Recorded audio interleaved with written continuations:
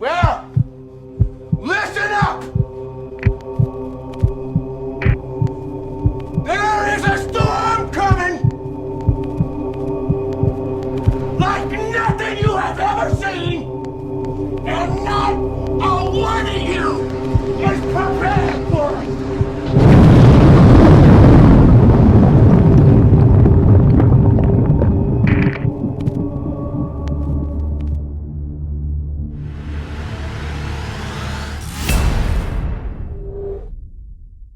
There's no more secrets, just ignorance.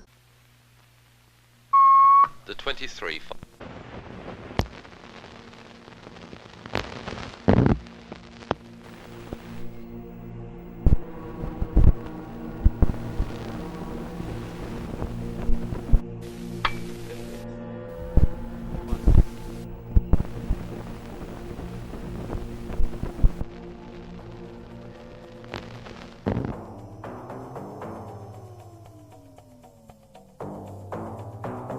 The anatomy of a great deception wasn't the end of the story.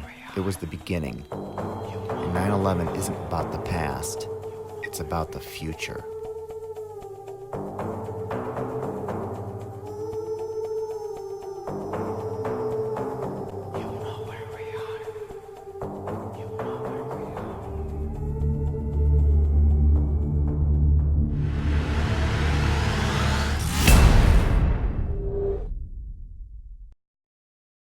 There's no more secrets, just ignorance.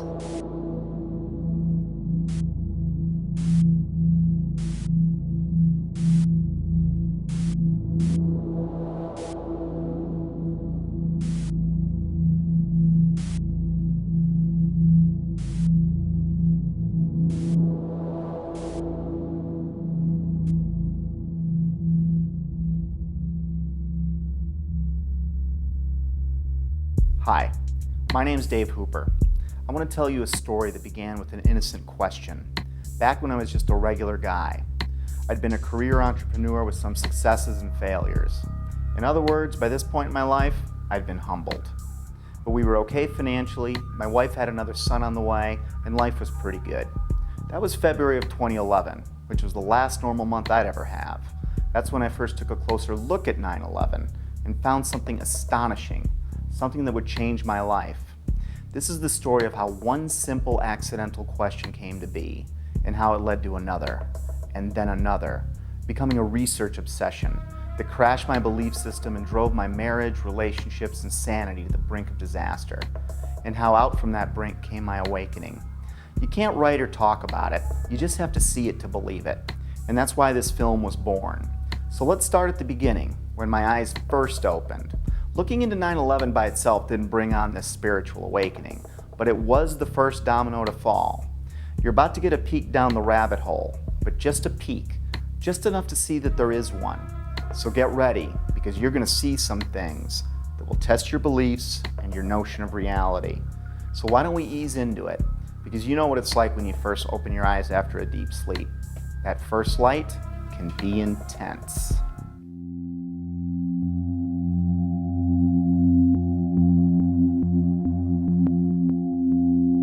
My awakening began with a simple question. It occurred as I watched a familiar clip of President Bush on the morning of 9/11. I didn't realize it then, but this question was about to change my life. Bush is sitting at Booker Elementary School in Sarasota, Florida at 9:05 a.m. when White House Chief of Staff Andrew Card whispers into the president's ear. A second plane has hit the second tower. America is under attack. That first question was, why didn't the Secret Service get him out of there immediately? They didn't know how many planes were hijacked yet or what their targets were. There were actually 8 planes that were hijacked. We had 11 reports of hijacked aircraft. There were thousands of planes still flying. As many as a dozen planes were reported hijacked at one point. And it was no secret the president was there. The school visit had been made public on September 7th, 4 days prior to 9/11. How could anyone be so sure hijackers weren't already on the way? Yet there he lingered, even after 2 more flights were confirmed hijacked, Flight 77 and Flight 93, the Pentagon and Shanksville planes respectively. Somewhere I saw a story claiming the president's camp didn't want to scare the kids at the school, and that's why he stayed. which I found hard to believe. Well-trained professionals are going to risk the balance of power in the world to spare the feelings of a few kids who routinely practice fire drills anyway? Well, I guess the answer was yes, because Bush stayed until 9:34 a.m., a full 29 minutes after it was known we were under attack. Think about that. That would have been 29 grueling minutes for everyone, especially those assigned to protect the president, wondering if some hijackers gotten ambitious, maybe changed their plans in the last few days after the school visit was made public. I guess someone high up in the president's camp must have known or thought they were safe. I mean, what else could it be? But how could anyone have known that? It had me thinking, but it wasn't a huge deal. I was more intrigued by the type of people I came across who also had similar questions about 9/11. These weren't conspiracy theorists as I pictured them. These were people in government, aviation, civil defense, architecture, science, engineering, and the military. I decided to look further. I still had no idea the impact this would have on my life. I started by refamiliarizing myself with the incident, or I should say set of incidents. Of course, we all remember the second tower being hit, but I hadn't put much thought into the other parts of that day. And soon after looking, I was reminded that there were several incredible events on 9/11. I'd put almost no thought into the particulars of that day for 10 years. But that was about to change.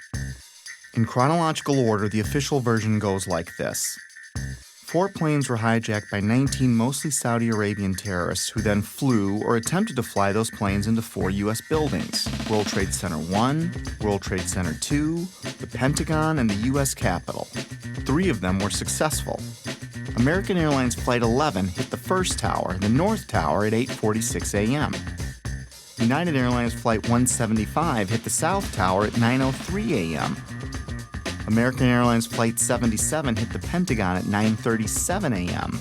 At 9:59, the South Tower collapsed after burning for less than an hour. At 10:07 a.m., United Flight 93 crashed in a field in Shanksville, Pennsylvania. Then at 10:28 a.m., the North Tower collapsed. And I barely remembered that a third building at the World Trade Center, Building 7, collapsed at 5:20 p.m. to close out the day.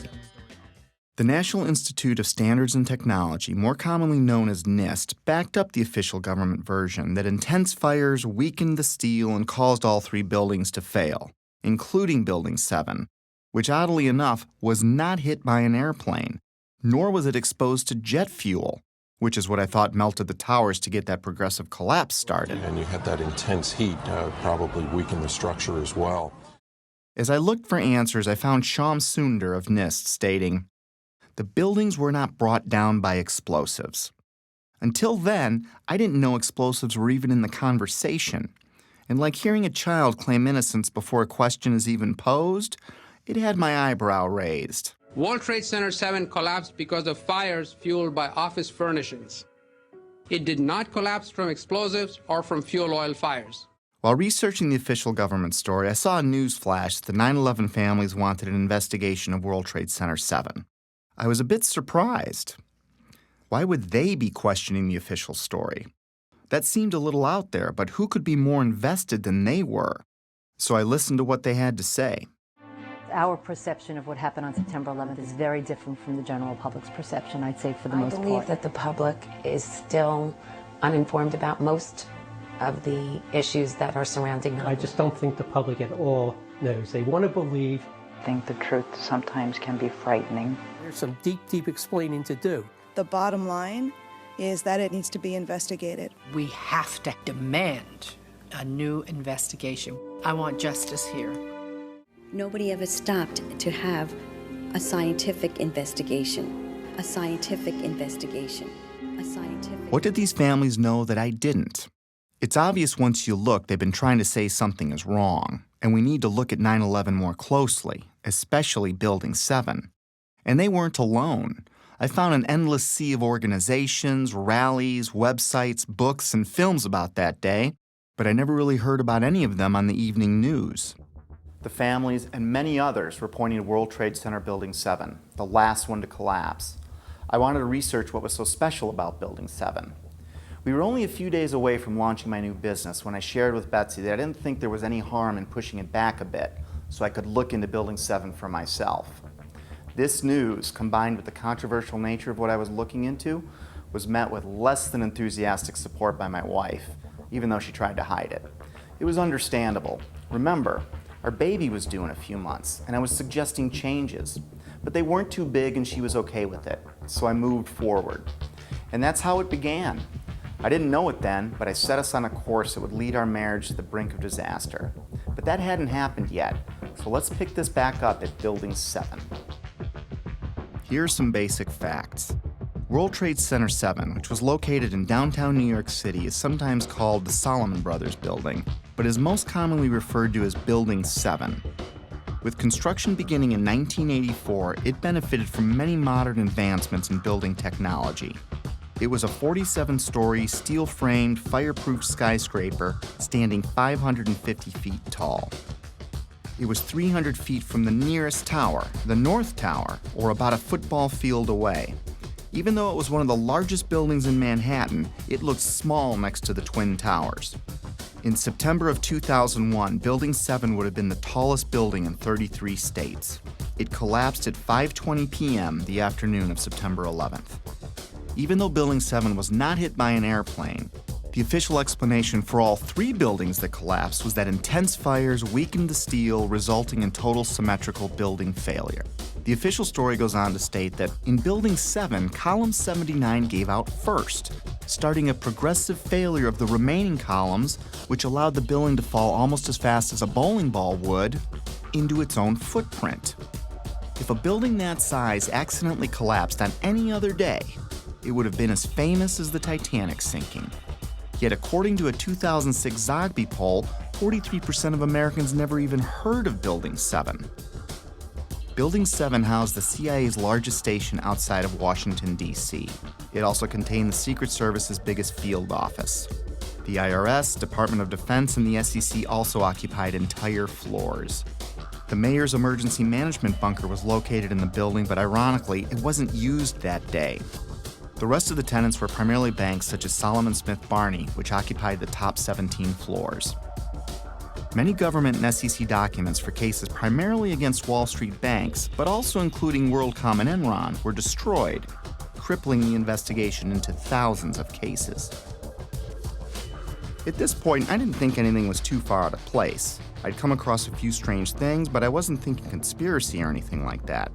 I did, however, find it a little odd that falling debris could set off a chain of events, ultimately turning Building 7 into a pile of rubble. However, I really didn't understand the physics involved, at least not yet. But I didn't need to understand physics to find it pretty strange that the whole building would crash through itself. I've played with Legos. Tip over? Maybe. But to pile drive through itself didn't make sense. At least the Twin Towers were hit by planes, but no plane hit Building 7. Sometimes it's easier for me to tackle complex issues with simple metaphors, so I thought of a stove. Then I imagined what kind of materials would I need to add to the fire so that all four legs would collapse simultaneously, and I couldn't answer it. Better yet, let's say I stacked 10 stoves on top of each other, and then I welded them together to better represent any of the buildings that collapsed that day. Now I go and light, let's say, the 7th stove up on the stack. What could cause the 7th stove's legs to give out simultaneously and cause every other stove below it and above it to break apart into tiny pieces, crashing to a pile of rubble in a few seconds? And how could that happen 3 times in a row? After breaking it down, I felt a little pit in my stomach for the first time, but I assured myself that I must be missing something. With that said, it was time to take a crash course in high-rise fires. It seems that high-rise fires are more common than I thought. I found hundreds of them. According to a 2011 report by the National Fire Protection Association, there are an average of 110 fires each year in buildings over 13 stories tall. According to the report, between 2005 and 2009, there were 550 high-rise fires. Of course, there are many more all throughout history, but let's talk about some of the more startling ones. Sao Paulo, Brazil, the Joelma Building, 1974. Sparked by an electrical fire, the residential building burned twice as long as the Twin Towers, yet it stood. The underlying structure wasn't even weakened. In fact, it's still in use today. The MGM Grand, which is now Bally's in Las Vegas, Nevada, caught fire in 1980, killing 85 people. It's had a few facelifts and ownership changes, but the structure underneath was never compromised. It's still in use today. Los Angeles, California, 1988. What was then called the First Interstate Bank building burned for 3.5 hours. No structural failure at all. In fact, an insurance company moved in, and today it's known as the Aon Center. In 2004, the Parque Central building in Caracas, Venezuela, the country's tallest building, burned for 17 hours. The facade was repaired, and it is in use today. Philadelphia, Pennsylvania, One Meridian Plaza, 1991, burned for 18 hours. It stood. Beijing, China, the Mandarin Oriental Hotel, burned for 6 hours in 2009. It stood. Chechny's tallest building burned for 7 hours in April 2013. It stood. Dubai, Moscow, Zurich, and on and on. I was starting to see a trend. Fires don't melt steel or cause buildings to collapse. The World Trade Center has itself burned many times with no structural failure or weakening. Some significant dates include February 13, 1975, when the 9th to the 14th floors burned for 3 hours. No damage or weakening of the structure was recorded. The fire began in an electrical wiring closet on the 11th floor. Some fire department officials and building officials here say that there's no chance the World Trade Center could become a type of towering inferno. And in 1993, it survived a bomb detonated in a highly vulnerable area with no structural damage caused by the fires that resulted from the explosion. There was, of course, damage from the bomb, which had to be repaired, but through it all, the towers have always stood. Sometimes buildings do collapse because of structural failure, but it's usually a design problem or earthquake damage or a controlled demolition.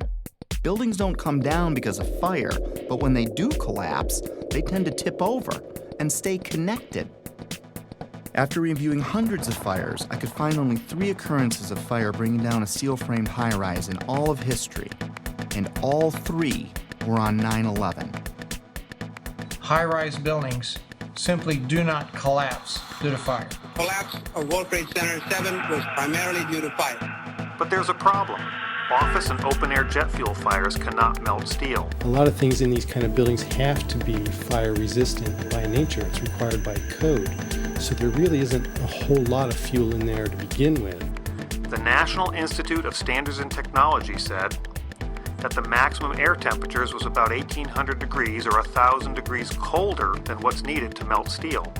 And it takes a blast furnace with air blowing with blowers to try to get steel to melt. So if you have a flame at 750 degrees, you can hold that flame under a steel beam forever, and you'll never reach a high enough temperature to bend steel, let alone melt it. This would have us to believe that these was a typical office fire, scattered office fires, if you will, that brought this building down. Since the mid-60s, I've tried to follow high-rise fires, and I'm not aware of any high-rise building that have come down as a result of fires. And seeing black smoke come out the windows, that means that the fires were oxygen-starved. Kerosene would have burned off very quickly.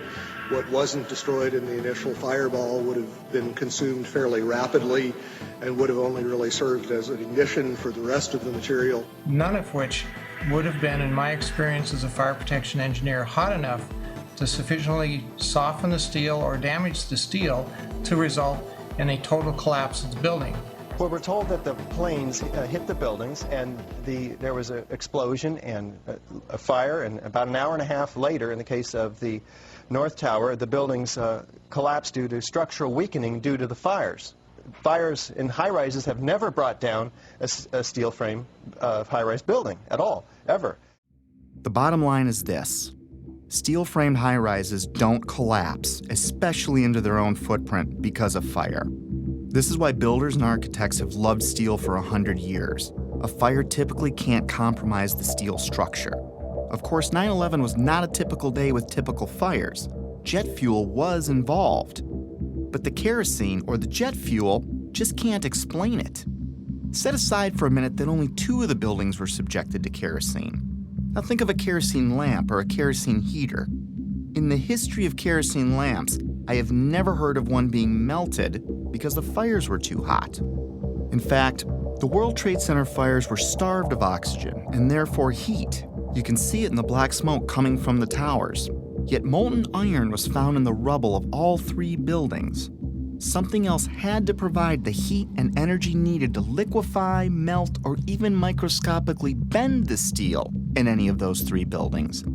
And unless you work for NIST, scientists agree that neither jet fuel, nor the furnishings inside those buildings could have heated the steel enough to melt it. I was starting to realize that something else must have been involved in the collapse of at least Building 7, if not all 3. Okay, maybe airplanes weakened the structure of the Twin Towers, which we'll be looking into more deeply later. For now, believe it or not, planes have hit many buildings throughout history and none fell. Of course, none were hit with planes as large as the ones on 9/11, but that still leaves Building 7. I couldn't explain it. Can you tell me that if I throw a flaming chunk of metal off of one building, I can make the building next to it collapse in on itself a few hours later? Why do demolition companies even exist if you can just light a few random fires and wait for an implosion? Maybe the steel structure in Building 7 was so badly damaged from falling debris that the entire structure was compromised. It still can't explain the symmetrical collapse, but I looked anyway. Other buildings that have suffered severe structural damage by natural disaster or bombs didn't disintegrate into rubble piles. They stayed together in some way. Even the buildings in the Trade Center complex that suffered worse damage than Building 7 didn't collapse in on themselves. This uneasy feeling was growing, but there was much more to understand about Building 7's collapse, especially before I started jumping to conclusions in my own head. I needed to hear from some experts. It just didn't add up, the way the whole thing sort of pile drove itself into the ground and all at near free fall speed. Collapses straight down into its own footprint at free fall speed. This is uncanny. There's 40,000 tons of structural steel designed to resist this collapse. This building had 40,000 tons of structural steel in its structural system, and that is intended to keep it from going anywhere. The animation sequence from the National Institute of Standards and Technology for their model, their mathematical model of the collapse of Building Number 7. And they have the inside members that one column gave way, which they claim resulted in the collapse of all the surrounding members, and then this precipitated a global collapse. This would just not be physically possible for a gravitational collapse. According to NIST, the failure occurred at column 79 on level 12. This means basically they're talking about a single columnar collapse or failure that resulted in a total collapse of the building. That just does not make any sense. Regardless of the engineering, the logic tells you that if you have a single failure at some random point in the building, that the entire building is not going to collapse. Buildings don't break that way. The story that just a few columns can cause a synchronized global collapse, an implosion, is, well, that's just nonsense. The exterior columns on the outside as well as on the inside at the bottom would have to be severed almost at the same time. The building would want to topple over. It would want to bend over that weakened area and topple over sideways. What we saw the structures came straight down upon itself. It cannot happen that when you have asymmetric damage, you will get a perfectly symmetrical collapse. At free fall speed. That's impossible. That's a violation of the fundamental law of physics that says that for every action there's an equal and opposite reaction. If you took a billiard ball and dropped at the height of the Twin Towers and you just merely stopped it and started at every floor in free fall, it would take over a minute and a half to reach the ground. The buildings were down in 10 seconds. Buildings just don't behave like that. If floors fall, they tend to fall and are braced by the floor directly beneath it. And there's some delay there. And then the next floor falls with 2 floors, and there's some more delay. The buildings actually accelerated as they came down, meaning they were not getting resistance from these massive columns in the center of the core of this building. And when it's all finished, the outside walls from the lower floors are piled one on top of the other right in the middle of the building. So it's fiction. To say that a building as modern as World Trade Center 7 comes down with no resistance doesn't add up. The official explanation was dead wrong. Just not possible. Not possible. Just doesn't make sense. It's not how it works. It can't happen. Never before in history. It just can't happen. Well, that's just nonsense. And that cannot happen. Couldn't happen. It's fiction. There's definitely much more going on than just fire. This was a controlled event. The symmetry is the smoking gun. In short, the evidence is clear. We are witnessing not the collapse of a building, but its demolition. At the time, I was thinking, wait a minute. My heart was pounding, my adrenaline was flowing, and I had a knot in my stomach. You know, the collapse never looked right to me, but then again, I never really thought that it defied the laws of physics. My imagination started to run wild. Could the hijackers have wired the buildings? Maybe the government didn't want us to know how really lax their security was, and that's why they covered up this fact. Maybe it was pre-wired for some reason, but that made no sense. If it was a controlled demolition, it would explain how much of these buildings were reduced to ash. It would explain why the towers fell after burning for only an hour or so. It would explain why they imploded instead of tearing apart. It would explain why they all fell at close to free fall speed. It sure looked like a controlled demolition, in retrospect. I couldn't stop at this point. I needed to know more. Late nights, coffee, research. My life was changing before my very eyes. I had taken my very first step down the rabbit hole. Little did I know how much deeper it would go. By now I knew that fires didn't bring down the buildings. And even if fire could somehow melt steel, the buildings would not have fallen in on themselves. They would have tipped over or torn apart. I was starting to find credible people talking about controlled demolitions and the use of explosives and molten steel. My mind kept wandering, trying to imagine how all this tied together. But first, I still needed to understand more about what happened. And what we find down there is pools of molten iron. What does that mean? Several tons. Exactly. What is that doing there? The first responders see it. The structural engineers see it. It's documented by FEMA, the melting of steel. Normal office fires is what's supposed to have brought these buildings down, along with jet plane impacts. But jet fuel and office fires don't produce molten iron or molten steel. It doesn't begin to melt until 3,000 degrees. At one point, I think there were about 2,800 degrees. See the stuff he's pulling out? Yeah. It's red hot. 8 weeks later, we still got fires burning. The concept of molten iron is very important here. In order to get molten iron, you have to reach unbelievable heat levels. It takes much, much more energy than you could find with any combination of burning office furniture, jet fuel, or gravity. Molten iron can be an indication of the use of thermite. Thermite, thermate, and nanothermite are super hot burning substances used by the military that can cut through steel. It can supply its own oxygen so it can burn underwater. It would explain how fires burned at ground zero for 3 months even after the area was flooded. So thermite would also explain potentially the fact that the fires could not be put out at ground zero. The fires lasted for quite a while. The fires were finally put out on December 13th, 2001, just over 3 months after 9/11, making it the longest burning building fire in recorded history. They burned underwater for much of that time. These fires were a big question mark. But first, it was time to take a closer look at NIST. They are the scientific agency backing the official version of events as most Americans know them. I was hoping they would curb my growing anxiety. Instead, what I learned about NIST made my heart sink. To understand NIST, you need to understand the relationship to explosives. They have vehemently denied that there were any. Not only did they not check for them, they state that none were used. Plain and simple. In fact, they have gone to unbelievable lengths to prove that explosives, or even the evidence of explosives, like pops going off, did not exist. Some people might call it incompetence. Others might call it selling your soul. NIST concedes that they found no evidence for explosives. So then we asked them, well, did you look?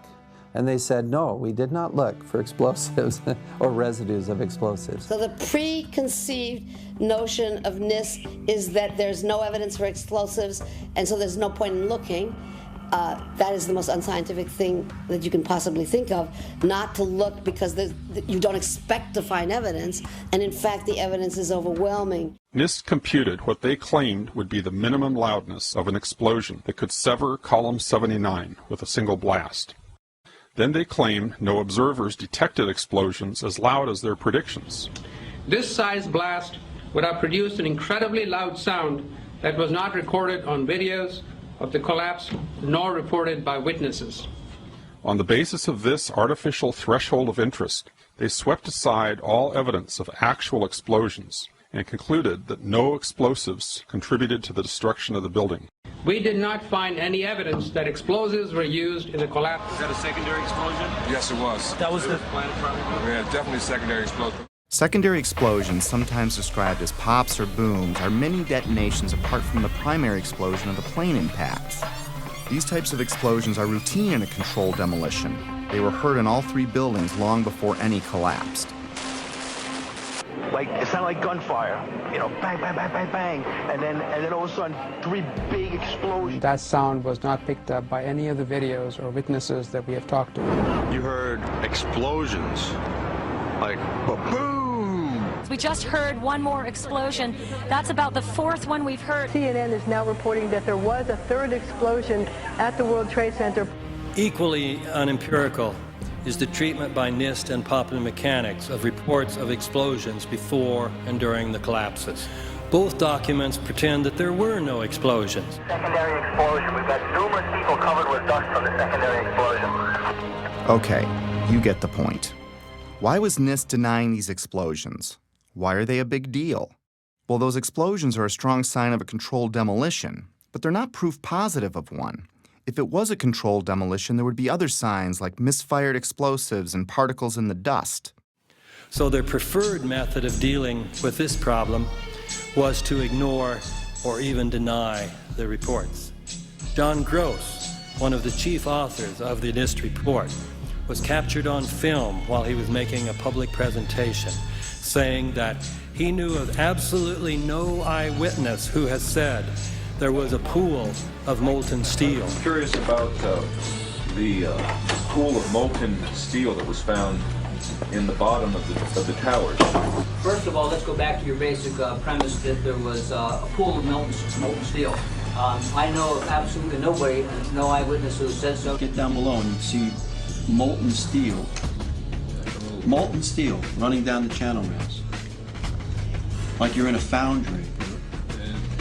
Like it was lava from a volcano. The fires got very intense down there and it actually melted beams where it was molten steel that was being dug out. Underground, it was still so hot that molten metal dripped down the sides of the wall from Building 6. The premise that there was a pool of molten steel. I know of absolutely nobody, no eyewitness who said so, nobody who's produced it. I was on the site, I was on the steel yards, so I don't know that that's so. Then I was at the site 2 weeks after it happened with Governor Pataki, right? And they had to cease digging that day. You know why? They were finding pockets of molten liquid metal. In an office fire, you cannot generate enough heat to melt steel. And yet we have evidence of molten iron in the microspheres, in the rubble pile, and the metal pouring out of the side of the tower. About 7 minutes before its final destruction, almost an hour after the plane hit, molten metal was seen coming out of the northeast corner near the 80th floor. What was going on here? These guys at NIST are the official version. Office and jet fuel fires can reach about 1,600 degrees under ideal conditions, but NIST said that the fires burned at 1,800 degrees, which they claim was just enough to weaken and bend the steel, which led to complete failure of each building's infrastructure. But that still leaves us more than 1,000 degrees short of molten metal, which was found all over Ground Zero. They denied that molten metal existed, and they denied that witnesses heard secondary explosions going off. Even the NIST computer animation of Building 7's collapse is inaccurate, showing the outer structural walls crumpling in instead of coming straight down. The NIST report, on which Popular Mechanics and much of the press has relied, is not a scientific report. It is a political document. We need to have an investigation of NIST themselves. I believe that the reports that came out are not true. So the fact that NIST says that is absolutely, in my opinion, it's criminal. NIST wasn't looking for the truth. They were trying to hide it. But why? Were they asked to falsify their findings? I didn't think they came up with this on their own. When I see John Gross fidget and blush as he states there was no molten metal, I see a man that is doing what many of us do when we don't tell the truth. It's basic human nature. My feelings at the time were like the moment you catch your significant other in a lie. Maybe there's an explanation, but your heart is racing until you get some answers. And if something like that's ever happened to you, you may understand needing to know more, but not wanting to know more, if that makes sense. Was there more evidence of a controlled demolitions besides explosions? And where did the molten metal come from? I needed more before I could get my head around this. I took a deeper look into all the buildings, the airplane strikes, and the possibility of planted explosives.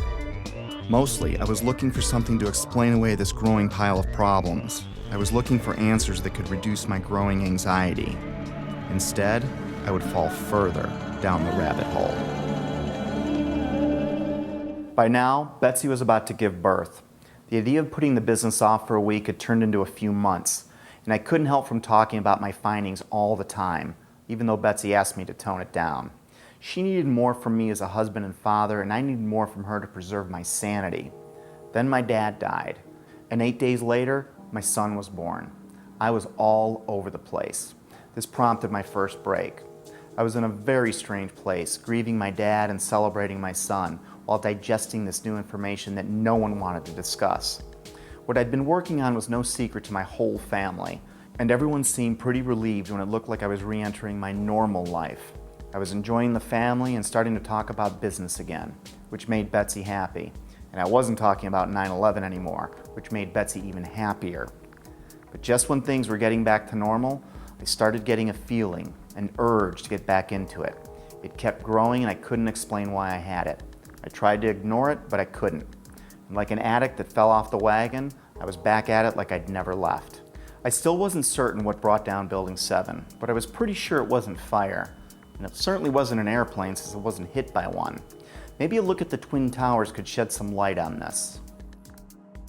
Most skyscrapers are built on steel or concrete frames, which is a grid of columns and beams that goes all the way through the building.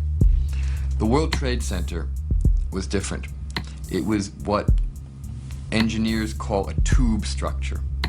It was a very, very strong mesh of steel. There's a large central rectangle in each of the towers that contained 47 columns, and these columns basically were the primary structural support of the building. These 47, 48 columns are essentially the superstructure of a battleship. They're essentially a suspension bridge. There's no way that burning kerosene can ever affect these in the least, if only because of the radiator effect. The minuscule possibility that fire somehow brought all three buildings down was gone. My only hope was that airplanes could have destabilized the buildings somehow. It didn't explain Building 7, but I was trying to give the official version every possible chance to be right. Let's look at the best documented impact that day.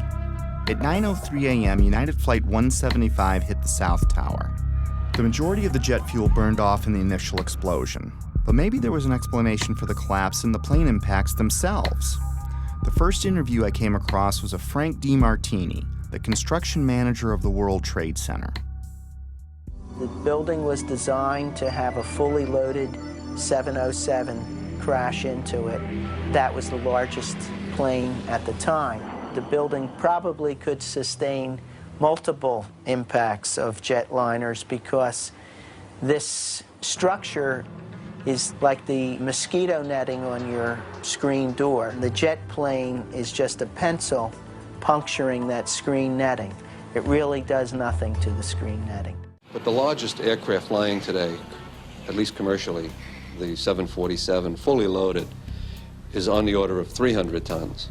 So if you think about a 300-ton element crashing into a building that's been designed to carry 13,000 tons, you can see that an aircraft crashing into the World Trade Center would probably not do anything. We designed the buildings to take the impact of the Boeing 707 hitting the building at any location. But the plane had already hit. And what I noticed was the lights were still on in the lobby. That led me to believe that the plane never got to the core columns, because the feeds for all these transformers feeding all the light and power in the towers were adjacent to the core columns. Those aircraft and those fires could not cause those buildings to come down in that way. The idea that airplanes could have destabilized the buildings never made much sense to me. The Twin Towers were like a solid iron rod coming out of the ground, supported by another steel building surrounding it. Let's use another metaphor to clarify what I mean. Let's assume a stop sign is like one of the towers. The post is the core and the thin shield of the sign is the trade center's outer mesh. If you shot a bullet through the stop sign, the bullet would go through the outer shell and the inner steel core that holds it up. Is the structure weakened after the event? Is it possible for the sign to implode in on itself, partially turning to dust? Does it matter if it was a flaming bullet that exploded on impact? Could the sign ever collapse in on itself?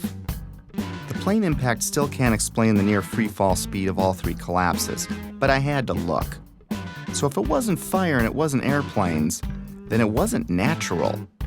Maybe I needed to look for things that can make something like this happen. And holding off on the who and the why, for now. One step at a time. And it's my expert opinion. As a demolition expert, I was trained by the best the U.S. government has. I served 3 years on Underwater Demolition Team 12. 2 years I was attached to SEAL Team 1. And when I look at the buildings and how they fall and the way they fell, they couldn't have come down without being assisted in some manner. The only way that a building can accelerate as it collapses is by having pre-engineered, precisely timed, and precisely placed explosives. In other words, controlled demolition. The collapse of the building was caused by controlled demolition. In fact, the evidence shows very strongly that there were explosives used in the way the buildings came down. We started running floor by floor instead of popping out. It was if they had detonated. Detonated. They were planned to take down a building. Boom, boom, boom, boom, boom, boom, boom. All the way down. Explosives are used to demolish buildings like this in just seconds. Okay, so it's a controlled demolition. What's the problem with that? Let's just think about this. Controlled demolitions cannot be engineered and rigged in a day. It takes months. And therefore, this event must have been planned in advance. Controlled demolition is used to bring unwanted buildings neatly down into their own footprint. It's part science and part art.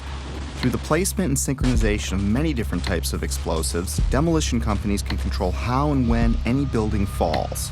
Some are brought down or pulled in a plain Jane fashion, and others as a pyrotechnic show for an active audience. There are many more, but let's look at 8 typical signs of controlled demolition. We've already covered a few of them. We know the buildings fell at near free fall speed and the collapses were symmetrical. Anyone can see that with the naked eye. We already established people heard explosions, but it was confusing to me. And of course you're going to hear loud noises as a building collapses. This needed further investigation. By now I was only going to trust my own eyes when it came to researching 9/11. I think it's too important an event to let someone else tell you what to believe about it. But I'm getting ahead of myself.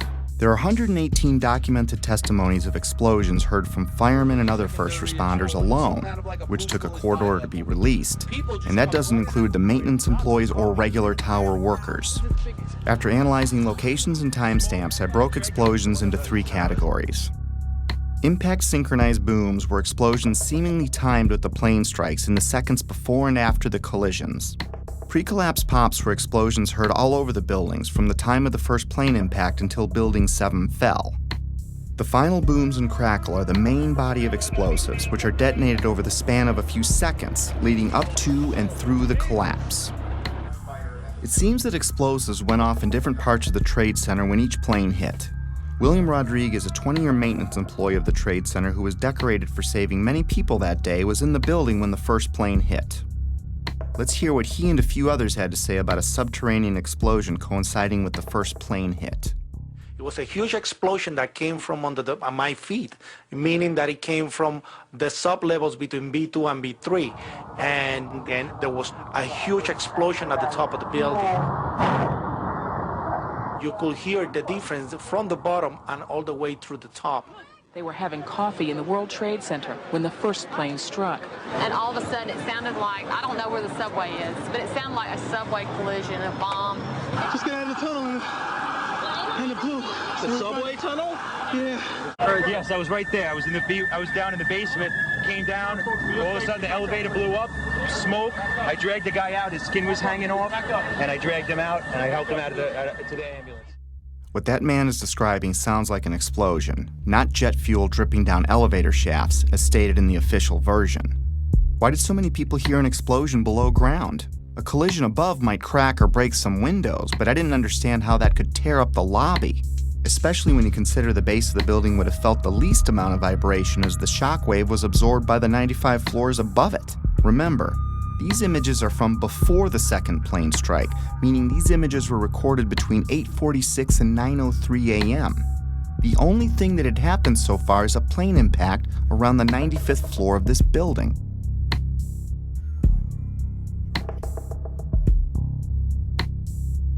Right away, a guy from the Port Authority told him the damage was somewhere above the 78th floor. But all you had to do was look around. It was obvious. Something had happened right there in the lobby. FDNY fireman John Schrader, whose engine company 10 is across the street from the Trade Center complex, arrived at the first tower hit, the North Tower, within 10 minutes of the impact.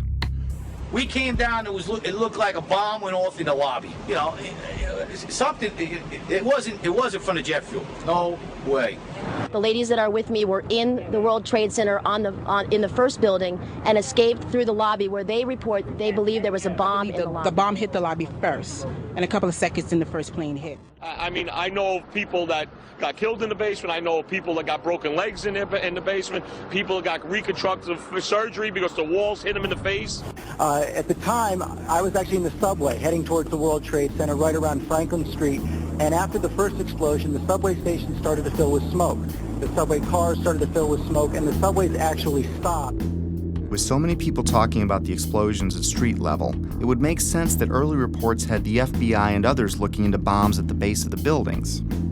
Apparently what appears to happen was that at the same time two planes hit the building, that the FBI most likely thinks that there was a car or truck packed with explosives underneath the buildings, which also exploded at the same time and brought both of them down. Reason to believe that one of the explosions at the World Trade Center may have been caused by a van that was parked in the building that may have had some type of explosive device in it. I spoke to the chief of safety for the New York City Fire Department. He received word of the possibility of a secondary device, that is another bomb going off. There was another explosion which took place. According to his theory, he thinks that there were actually devices that were planted in the building. Jenny Carr was recording a business meeting near the Trade Center at 8:46 a.m. on 9/11 when we hear the basement explosion. 9 seconds later, we can hear the first plane hitting the North Tower.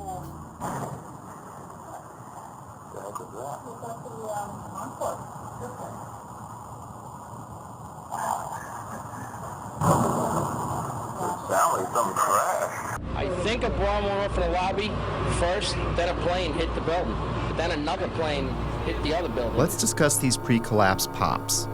From a distance, they sound like pops, but they're actually pretty powerful. Hundreds of secondary explosions were reported at various times prior to the collapse of all three buildings. In a controlled demolition, these bangs are shaped charge explosives blowing out beams before a collapse. They can be programmed to go off hours or seconds before an implosion. These were mostly reported as secondary explosions by the first responders and reporters. We've heard reports of secondary explosions after the aircraft impact. Then somebody said that they saw an airliner go into one of those towers. Then, I don't know, an hour later than that, we had that big explosion from much, much lower. I don't know what on earth caused that. Here, hold on. You want to call your mother or something? You gotta get back. You gotta get back. All right. The final booms and crackle are like the grand finale of a fireworks show. In a controlled demolition, the vast majority of the explosives are set to go off in an ordered fashion over the span of a few seconds as the building collapses. Depending on distance, this can sound like a rumble, booms, or crackling. That feeling that there was something else, that there may have been something else that brought those buildings down. There was a lot of talk there in New York of another explosion prior to the collapse of the first building. We could hear a rumble, which was about 5 seconds long, preceding the actual collapse, and then a boom when each of those towers collapsed. In this footage, which has been slowed, you can see white smoke emanating from the ground floor before the collapse wave arrives. It's an unsteady camera, but keep in mind whoever recorded this was running for their life. It was like watching a stunt car explode before it crashes at the bottom of the cliff. In this image, recently released by a Freedom of Information Act request, police department photographer captured an explosion originating at the base of the South Tower, just before the first tower collapsed. The explosions and shockwave before Building 7's collapse were captured in different ways. We're watching the building actually because it was on fire. The bottom floors of the building were on fire, and we heard this sound that sounded like a clap of thunder. Turned around, we were shocked to see that the building was, it looked like there was a shock wave ripping through the building, and the windows all busted out. In the end, the evidence of explosions was ignored by the organizations behind the official version, like NIST, FEMA, Popular Mechanics, and the 9/11 Commission. My independent search continued. Up next, the kink in the roof. It's not necessary for there to be a kink in the roof of an imploding building, but when it does happen, it's a pretty sure indication of a controlled demolition. The roof can only kink in when the central support columns are blown out first, meaning the destruction of the building is coming from inside it, not outside. This is done by design so the building falls in on itself. The kink in Building 7 is clearly visible to the naked eye. Controlled demolitions are designed to let the top of the building fall through its inner core columns, which is typically the strongest part of any building. Watch the penthouse of Building 7 sink into the floor below it just before the collapse begins. Squibs. Squibs are the sixth indicator on our list. In demolition vernacular, squibs refer to visible blasts from explosive charges. Often they are visible through mistiming or malfunction in some way. Usually they are hidden in the debris cloud. In simple terms, squibs are visual evidence of explosives. Squibs were recorded from the moment of the first plane impact through the collapse of the last tower. For me, they went unnoticed until I looked at the video more closely. These stills captured squibs as the towers collapsed. The official version stated these squibs were compressed air caused by the pancaking floors, which squeezed air to the point of bursting out a window. The seal of the building was already broken when the collapse began. Logically, if it was compressed air, it should have found the path of least resistance through the broken part of the building. It shouldn't have knocked out a window here or a window there, as many as 40 floors below the blast wave. Naysayers tend to say, well, that's just air being blown out the windows. I mean, it doesn't really work to say it's just air pressure. And I've estimated these are coming out faster than 100 miles an hour. The following clips show multiple squibs popping out, sometimes simultaneously, sometimes dozens of floors away from each other. Of all the 9/11 information I've come across, this may have been the easiest to spot. Yet it provided me with one of those stark moments in which the reality of 9/11 sunk in to a new level. In this clip, notice how the squib occurs before the floors above reach the blast ejection point. Not all squibs, however, were easy to spot. Remember how we discussed explosions that were timed to go off with the plane impacts? Well, this is the first plane impact. Notice the dark brown smoke coming out of the top floor of the tower. This smoke is already dissipating before the plane strikes the building. In this segment, the NBC camera is pointed at the North Tower. The first tower hit. In a few seconds, the second tower is going to be hit. You'll know it when it happens because of the reporter's voice and the fireball in the lower left corner of the screen. Now keep your eye on the east facade, the one on the left. Notice how several tiny explosions go off as the second plane hits the other building, perhaps in an effort to mask some necessary work prior to its demolition, as I was thinking at the time. Oh, another one just hit. Something else just hit. The seventh characteristic of a planned implosion is what's called a demolition wave. It's the path of destruction in a controlled demolition. It is a visible wave of explosions moving down the columns of a building just ahead of or at the speed of gravity. This array of synchronized explosives is timed to blow out floors beneath the collapse wave as the floors above reach the floors below, thus allowing a drop at approaching freefall speed. Again, let's slow down the film for some of these. When slowed down, you can see how the explosions are timed to go off, floor by floor. In this clip, you can clearly see a demolition wave proceeding down a column mostly hidden by the umbrella of the falling debris pile. Look to the right of the black line. It's a bit grainy because of the zoom. Here it is again without the black line.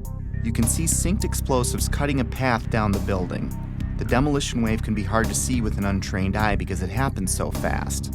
I've tried to highlight a few more examples in the following clips.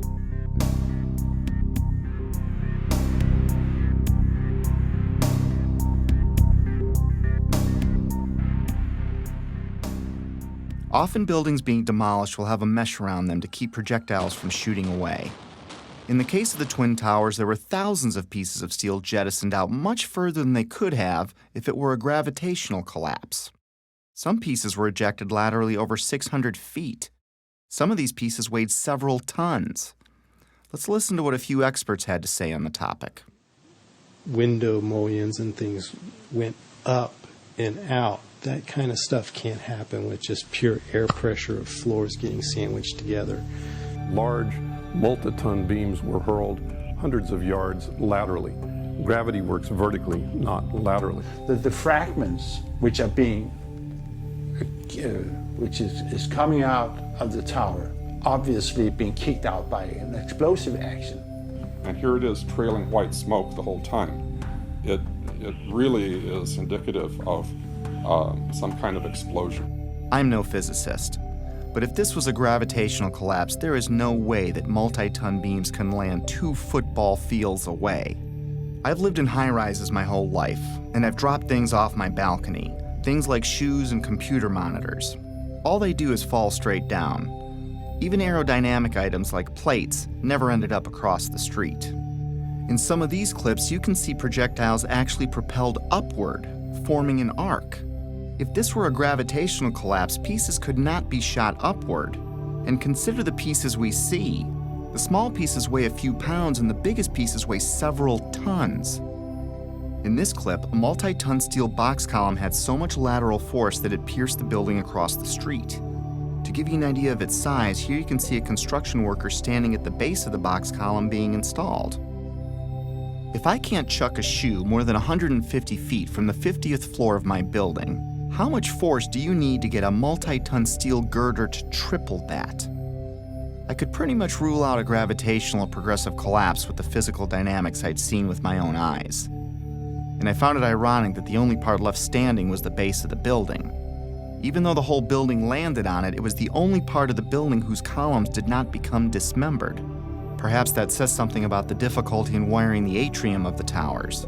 And maybe these columns at the base did what the rest of the building should have done, and that is stay together in some way. Just a personal observation I'd made at the time. Of course I've been wondering how the hijackers wired the buildings. It was the only thing that still made any sense, even if barely. But I stopped wondering how the hijackers did it when I learned what was found in the Ground Zero dust. Even though the cleanup and removal of the Ground Zero evidence began within hours of the attacks, not all of it was removed. Many different dust samples were analyzed by scientists all over the world, and what they concluded put the final nail in the coffin of the official story for me. We touched on thermite earlier, but we're going to look into it more deeply for reasons you'll soon understand. Thermite is a chemical mixture, usually of metal oxide and aluminum powder, with several variations. It's often used in fireworks, underwater welding, and military weapons. It can also be used to cut steel beams. When thermite is detonated, it leaves traces of itself in the debris, like perfectly round microscopic spheres of iron, and unexploded thermite itself, both of which were found in the Ground Zero dust. The fact that explosive residue was found in the dust didn't surprise me, at least not by now. I already knew in my heart it was a controlled demolition. What rocked me was the type of thermite found. You see, it was a special type of thermite called nanothermite, and it meant that the odds that the hijackers could have done this dropped to near zero. My belief system kept taking more hits, which we'll discuss in a bit. For now, though, let's have the experts walk us through the basics. In 3 different samples from 3 independent researchers, the R.J. Lee Company, the USGS, and Dr. Stephen Jones's work. All 3 separately found these microspheres. As much as 6% of the World Trade Center dust consisted of tiny, previously molten iron spheres.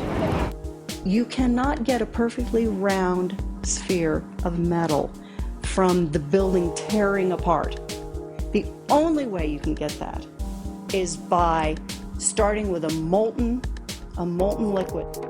Then the hydrostatic pressure will create the perfectly round sphere as it solidifies. So what produced all that molten iron? Well, it has in it the chemical evidence of a special incendiary, which is thermite, a high-tech incendiary used to cut through steel like a hot knife through butter. These spheres have iron, aluminum, fluorine, manganese, very unusual elements associated only with thermite. And there's small chips of unignited thermite as well.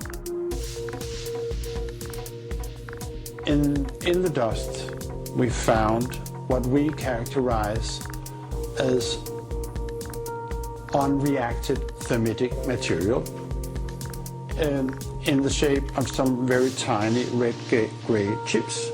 We captured the residue after the material had been heated. The red-gray chips, as we ignite them, produce spheres that have iron and aluminum, just like we see in the dust in abundance. And the composition was very, very similar. And that led to the conclusion of the paper, which was, we've got some form of thermite in these red-gray chips. What I can confirm also is that these chips, the red layer is thermitic. It does produce molten iron.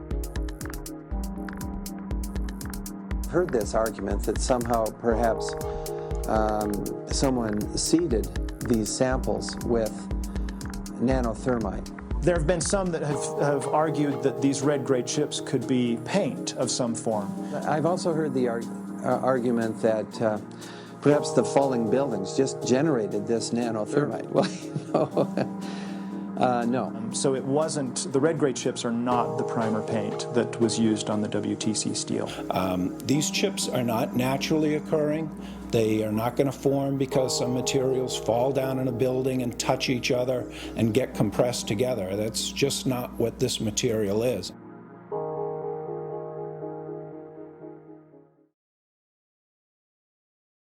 What we have found is a modern version of thermite, which we call nanothermite, which is produced in a different way. It is not just 2 powders being mixed. First of all, the iron oxide grains are uniform and approximately 100 nanometers across. That's very tiny, much smaller than a human hair. The aluminum occurs in plates that are about 40 nanometers across. I have no idea how to make those. I mean, this is a high-tech material, and it's embedded in a carbon-rich matrix with order. These red-gray materials have very orderly sheets containing aluminum. This is a material that is made up of nano-sized particles that are all very uniform, very symmetrical. The aluminum appears in thin platelets about 40 nanometers thick. It is the small size of the particles involved in this material that allow us to characterize it as nanothermite. These really are sophisticated materials and probably only developed in a laboratory. This is very high-tech thermite, nanothermite. It's not found in a cave in Afghanistan. It's produced in very sophisticated Defense Department contracting laboratories. We compared our spike that we got with a spike from known nanothermite, which is produced at a military laboratory.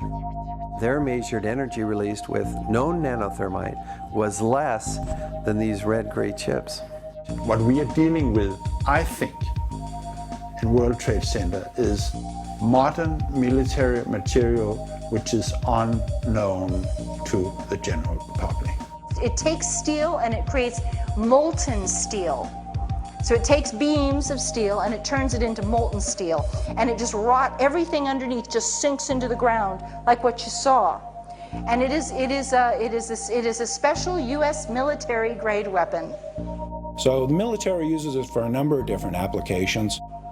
Okay? It is a military grade weapon. It's not something you could make ever. I was pretty astonished at how deep this rabbit hole was getting, even though I still had no idea what I was in for. Of course, by now, I had to acknowledge this was a planned demolition, unless I wanted to lie to myself. Maybe you can explain squibs, but how do you explain explosions or the molten steel? And if you explain that, how do you explain the rate of fall or thermite in the dust? I had to face facts. No matter what my heart wanted to believe, these buildings were wired to blow, plain and simple. But it wasn't until understanding how nanothermite is made and who has it that I considered, for the first time, that someone other than the hijackers had to be involved. And as scary as it was to consider, it might even be homegrown. Hundreds of questions kept flooding in. Why would underfunded guys on the other side of the world use something so exotic as nanothermite that could easily be tracked by our intelligence services? Who would sell it or make it for them? Why risk accessing the buildings every day for months? How did Building 7 get detonated at the end of the day? If you have the means and go to the trouble of getting nanothermite and wiring the building, why let the plan rest on using box cutters to overthrow military and combat-trained airline pilots, along with dozens of passengers, as the official version states? Heck, why bother killing yourself in a plane crash at all if it wasn't needed to take the buildings down? I had no idea what I was staring at least not yet. But a few puzzle pieces had been filled in. I knew that the buildings were brought down by controlled demolition, military thermite was used, NIST was being used to sell a lie, and someone wanted us to think that planes had caused this. I kept replaying the event in my head over and over, assimilating each new piece of information as I discovered it. And like a retreating army, my line in the sand about what could have really happened kept moving further and further back and getting closer to home. But I was on a mission and I was obsessed to find out the truth.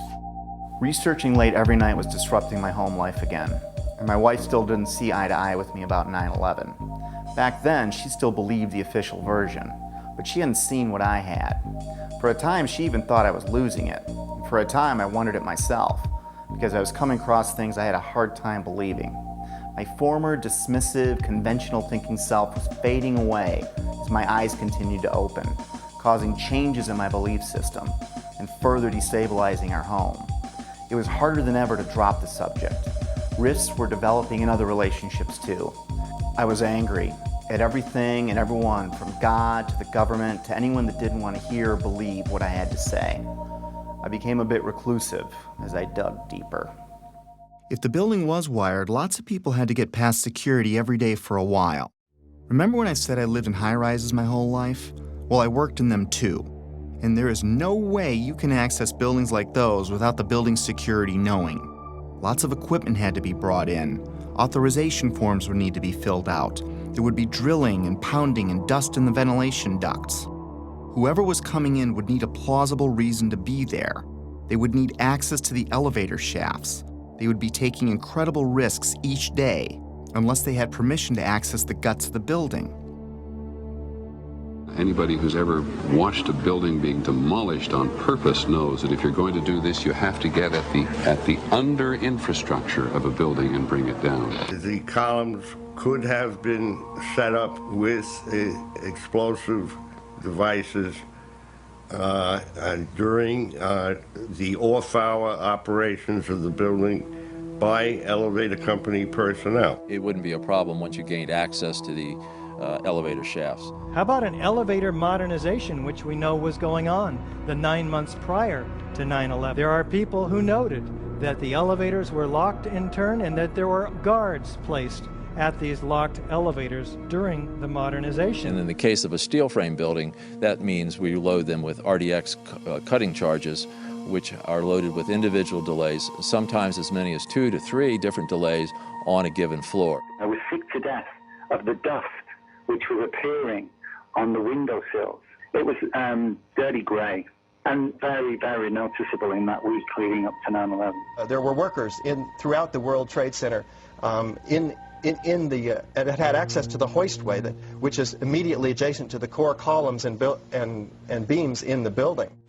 The fact that there were visitors, like engineers of some kind, wandering around the floors, carrying toolboxes and cables and so on. We're talking about several tons of nanothermite and ordinary thermite. One would have to have access through security. Video cameras caught trucks arriving at the World Trade Center from about August 23rd until every night until about September 2nd, September 3rd. And the trucks were arriving at about 3 o'clock in the morning when everybody else had left the building, including the janitorial trucks. Something was brought into that building that would help with the detonation. There may have been work done on the detonation before. It may have been going on for months, but whatever they needed at the very end, they came and brought in that 10-day period. The 9/11 Commission also does not tell you that Marvin Bush, the president's brother, and their cousin, Wirt Walker, were the principals of the company that was in charge of security for the World Trade Center. They don't, The jaw-dropping coincidences kept piling up. I learned that Stratesec was a security company which used to be called Securicom, and they didn't just handle security for the World Trade Center complex. They had contracts with Dulles International Airport, from where Flight 93 departed, and United Airlines, accounting for most of the security breakdowns on 9/11. And another thing, Stratesec also handles security for Los Alamos National Labs, one of the only places on the planet that can produce the nanothermite found in the ground zero dust. The odds are pretty astonishing that one company can link so many vital elements of 9/11. But more astonishing is there's no mention of Stratesec or Securicom in the entire 567-page 9/11 Commission report. Of course, that was no surprise by now. Did I forget to mention that that same 9/11 Commission did not mention the collapse of Building 7 in the entire report either? Why is there not a word about the collapse of that building in the 9/11 Commission report? We didn't see any evidence of the kind of thing you're talking about. I didn't think this was something done by terrorists anymore, nor did I think this was done by any one man, even if a president. How does he get nanothermite? How does he get NORAD, the FAA, and our air defenses to look the other way? Or get access to the interior of all 3 towers? Or get 19 guys to kill themselves? Or get NIST and the 9/11 Commission to tank their investigations? Or keep the media quiet? Or keep a rival administration from exposing it? No. This seemed much bigger than even a president, and impossible for a man on the run. If someone like me with no budget or staff can find something clearly wrong with Building 7's collapse, how could an entire government commission fail to mention it in their report? Something big and strange was coming into view, seemingly coordinated and almost invisible, like 1,000 more puzzle pieces dumped out before me. I couldn't see the bigger picture yet, but I knew there was one, and it involved powerful elements of our world. This reminded me of a quote that struck me in Woodrow Wilson's book, The New Freedom. He writes, "Some of the biggest men in the United States in the field of commerce and manufacture are afraid of somebody, are afraid of something. They know that there is a power somewhere so organized, so subtle, so watchful, so interlocked, so complete, so pervasive, that they had better not speak above their breath when they speak in condemnation of it." I wondered if we were talking about the same thing, so I continued my research.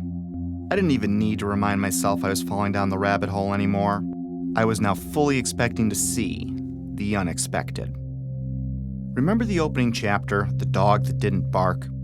It was a reference to a Sherlock Holmes story called Silver Blaze, in which Holmes deduces the culprit must have known the family dog, because the dog didn't bark while the crime was committed, as he normally would if a stranger were on the property. The same way the Secret Service didn't bark, by staying in the school. The same way real watchdogs like the 9/11 Commission, NIST, and the media didn't bark either. Lots of people, including politicians, the media, and emergency workers on the ground, knew Building 7 was going to come down well ahead of time, as impossible an event as that was. But even then, they said, hey, you know, like, you got to stay behind this line because they're thinking about taking this building down. They're not sure if it's stable or not. So they were holding a line off because they had knowledge that something was going to happen. That by noon or 1 o'clock, they told us we had to move from that triage site up to Pace University, a little further away, because Building 7 was going to come down or being brought down. Did they actually use the word brought down, and who was it that was telling you this? The fire department, and they did use the word, we're going to have to bring it down. You hear that? Keep your eye on that building, it'll be coming down soon.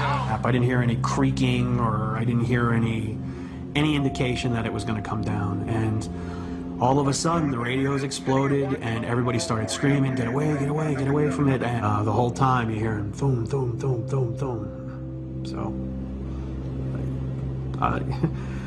I think I know an explosion when I hear it. We are on the phone with New York Fire Department Lieutenant David Restuccio. Can you confirm it was number 7 that just went in? Yes, sir. And you guys knew this was coming all day? We had heard reports that the building was unstable and that it eventually would either come down on its own or it would be taken down. And we were in a building in which we were trapped for about 10-15 minutes, and we set up headquarters at 75 Barclay Street, which was right there with the police commissioner, the fire commissioner, the head of emergency management, and we were operating out of there when we were told that the World Trade Center was going to collapse. The World Trade Center was going to collapse. It was going to collapse. It was going to collapse. But it was the media's pre-knowledge of Building 7's fall that was much more telling. Several news outlets around the world reported the collapse of Building 7 long before it happened. I listened closely to these segments. Considering Building 7 wasn't hit by an airplane and no high-rise has ever collapsed because of fire, how was it that all these different news agencies reported it before it happened? How can anyone report there has been an improbable accident before the accident happens? Now, more on the latest building collapse in New York. You might have heard a few moments ago, I was talking about the Salomon Brothers building collapsing. And indeed it has. Apparently that's only a few hundred yards away from where the World Trade Center towers were. That one of the other buildings, Building 7, in the World Trade Center complex is on fire and has either collapsed or is collapsing. That has structural damage as well. We saw a lot of glass broken out, and a corner of the building appeared to be in distress, and there's concern that there might actually be another collapse of that building. We are getting word from New York right now that another building has collapsed. Is that smoke coming from this third collapse? Okay, that is what we're understanding, which makes sense because it looks like the sun is going down. But I'm hoping that enough people have cleared out of downtown Manhattan so that perhaps it wasn't as full as it might be normally around 5:30 on a Tuesday. That information, of course, take a look at that right-hand side of the screen. It's going down right now. There it is. Yep. It went down. Brown building, the tall one, is number 7 World Trade Center. I've heard several reports from several different officers now that that is the building that is going to go down next.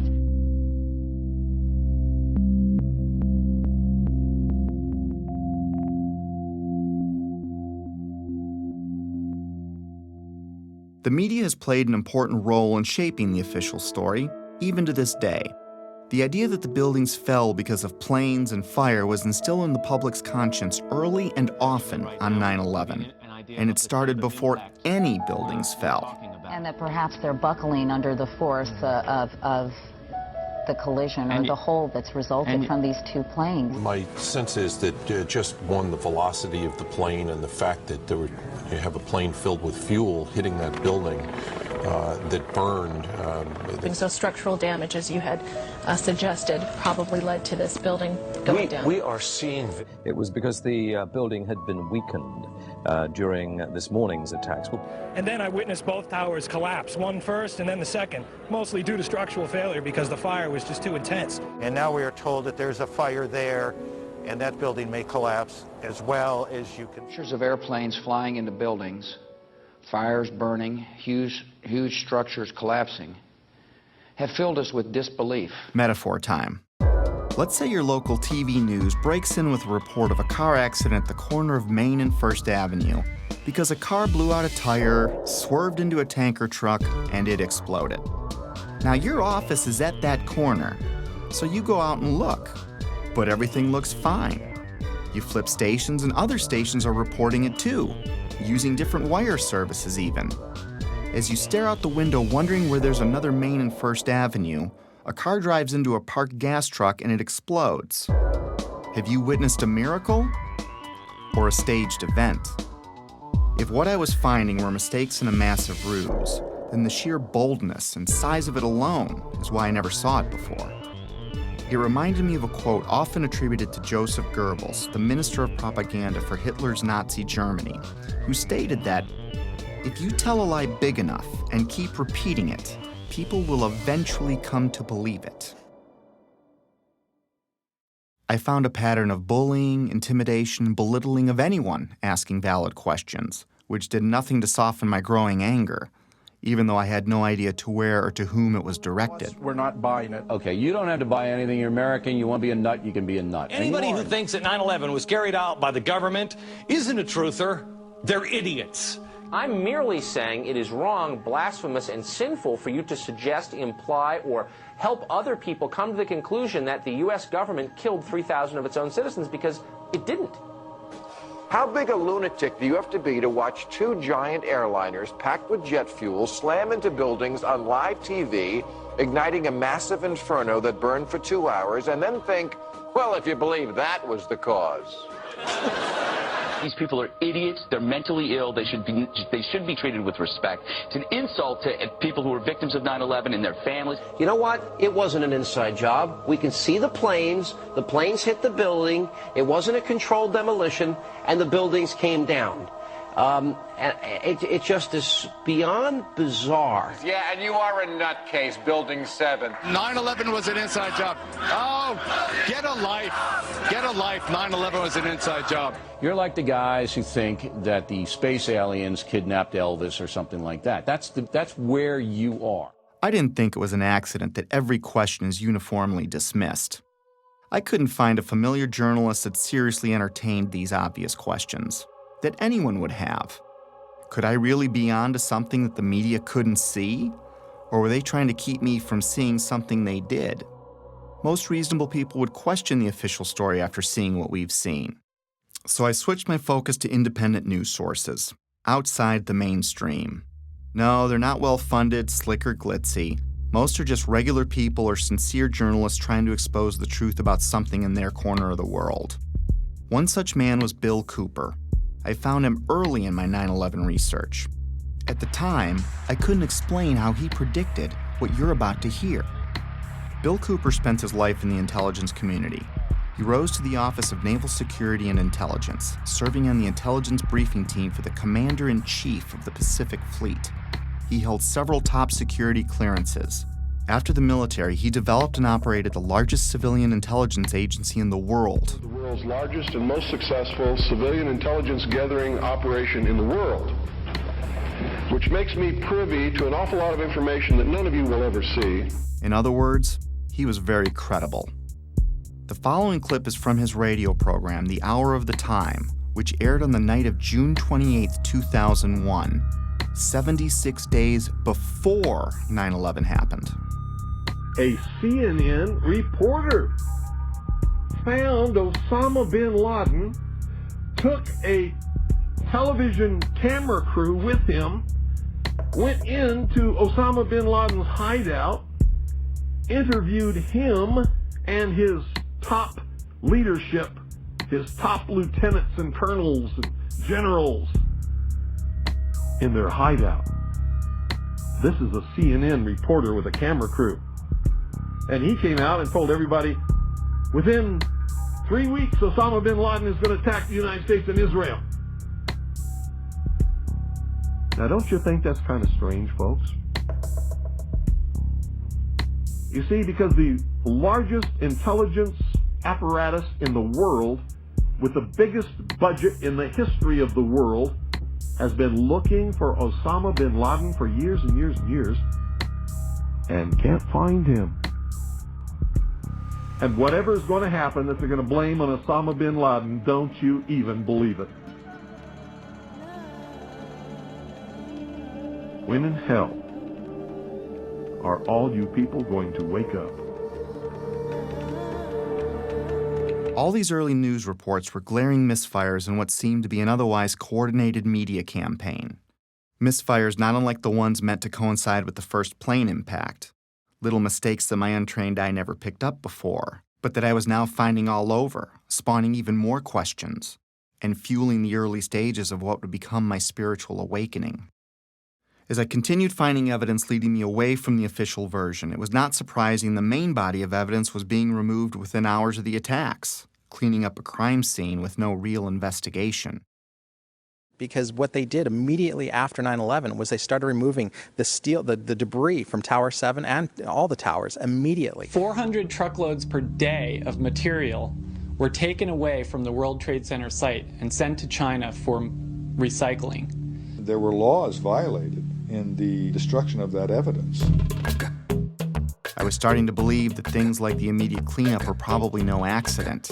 And to discover what was really happening, I'd need to find the ones behind the cleanup and the coordinated media and NIST and FEMA, the Federal Emergency Management Agency, which in another huge coincidence arrived at New York for a training exercise on Monday, September 10th, the night before 9/11, which is convenient as they oversaw the cleanup of Ground Zero.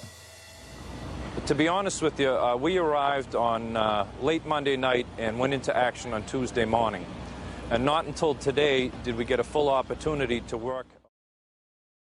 Over time, it got easier to find puzzle pieces, like the following testimony by Norman Mineta, the Secretary of Transportation in 2001, who was with Vice President Dick Cheney on the morning of 9/11. And like so much other important information, this interview would also be left out of the 9/11 Commission report. During the time that the airplane coming in to the Pentagon, there was a young man who would come in and say to the vice president, the plane is 50 miles out, the plane is 30 miles out. And when it got down to the plane is 10 miles out, the young man also said to the vice president, do the orders still stand? And the vice president turned and whipped his neck around and said, of course the orders still stand. Have you heard anything to the contrary? Well, at the time I didn't know what all that meant. And the flight you're referring to is the flight that came into the Pentagon.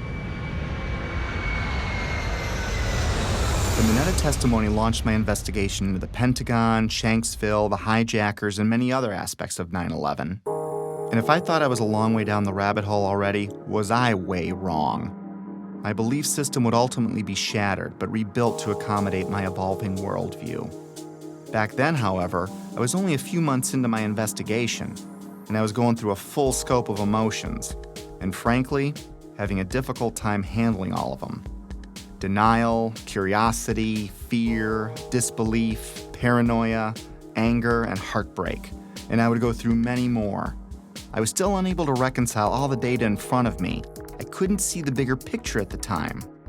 But like the wind, it can't be seen, yet we know it's there because it leaves evidence of its existence. Very much like the trail of breadcrumbs I'd been researching over the last few months. But it's not something I could understand in one sitting. It took time. Coping with the flood of emotions took a while.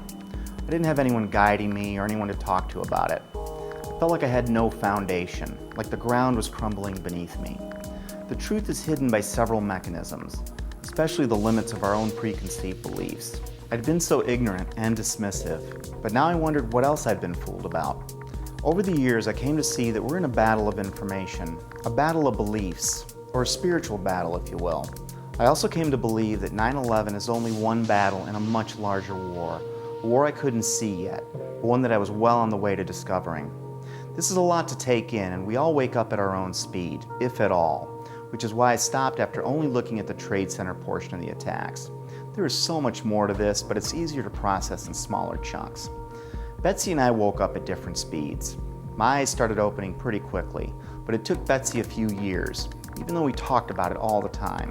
It wasn't until she watched early versions of this movie that she began to believe me. I clearly remember the day in June of 2013 when she came voluntarily and shared her own thoughts about her own 9/11 research, something she'd never done before. And I knew by talking to her that her eyes were finally opening too. It probably saved our marriage. Getting past that stumbling block opened the door for us to reconnect. If there's a pit in your stomach, don't be overwhelmed or scared. Whatever's behind all of this has been there for a long time, and I'm sure you've lived, loved, and laughed in that time. And you still will. The shock will wear off, and what will be left is a much better understanding of how the world works, which makes the bad guys' jobs harder. Over time, the discomfort and confusion subsided, and I went back to my life with clarity and new hope for what's ahead. Today, I'm able to laugh and be happy and look forward to the future like everyone else. I have all that, and I'm more aware of important things happening around me. So if you want to forget everything you've seen, go back to your regular life. Soon you'll forget about all of this. Our defense mechanisms work that way. But if you decide to jump down the rabbit hole, my advice is to seek your own answers, do your own research, and don't let anyone tell you what to believe about anything. Because until you see it for yourself, it'll be hard to ever understand why it's so important to know it exists.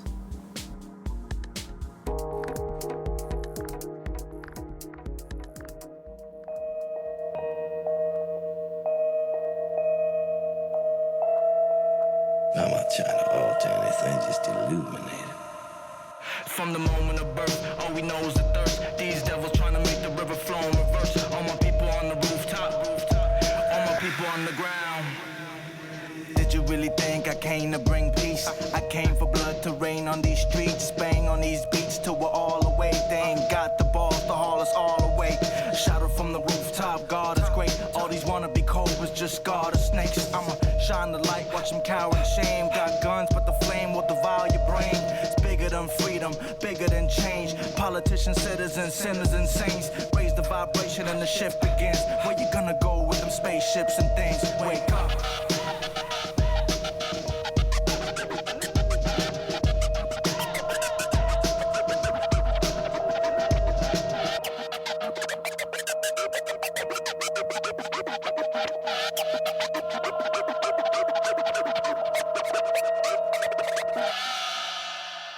In the kingdom of the cowardly lions, undoubtedly the tyrants and keepers of the sleeping giants. From the minds to the Zionists and overnight messiahs, setting fire to the fire, cause I'm preaching to the quiet kids, speaking in defiance. Read through the lines, keep your eyelids open if you're blind to the science. Can't incite riots without violence, cause Lord willing no one killing them with kindness. Raise and train to invade our neighbors, paid renegades, take aim at the natives. No hiatus from these faith crusaders, stage all out wars in the name of the creators. Is it all cause they hate us or underestimate us? Why, Lord, do you forsake the poor like racists? Agents of Satan with the faces of saviors, but it takes more than Green Berets with AKs to save us. Trust.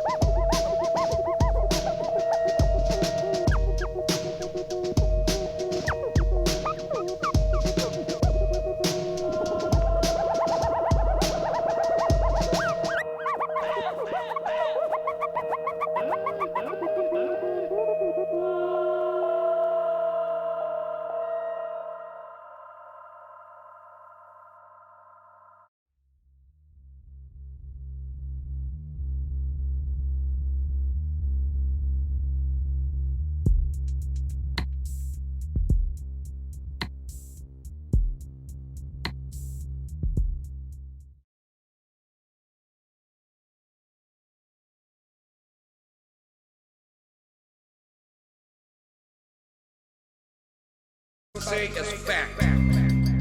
The secret organizations of the world power elite are no longer secret.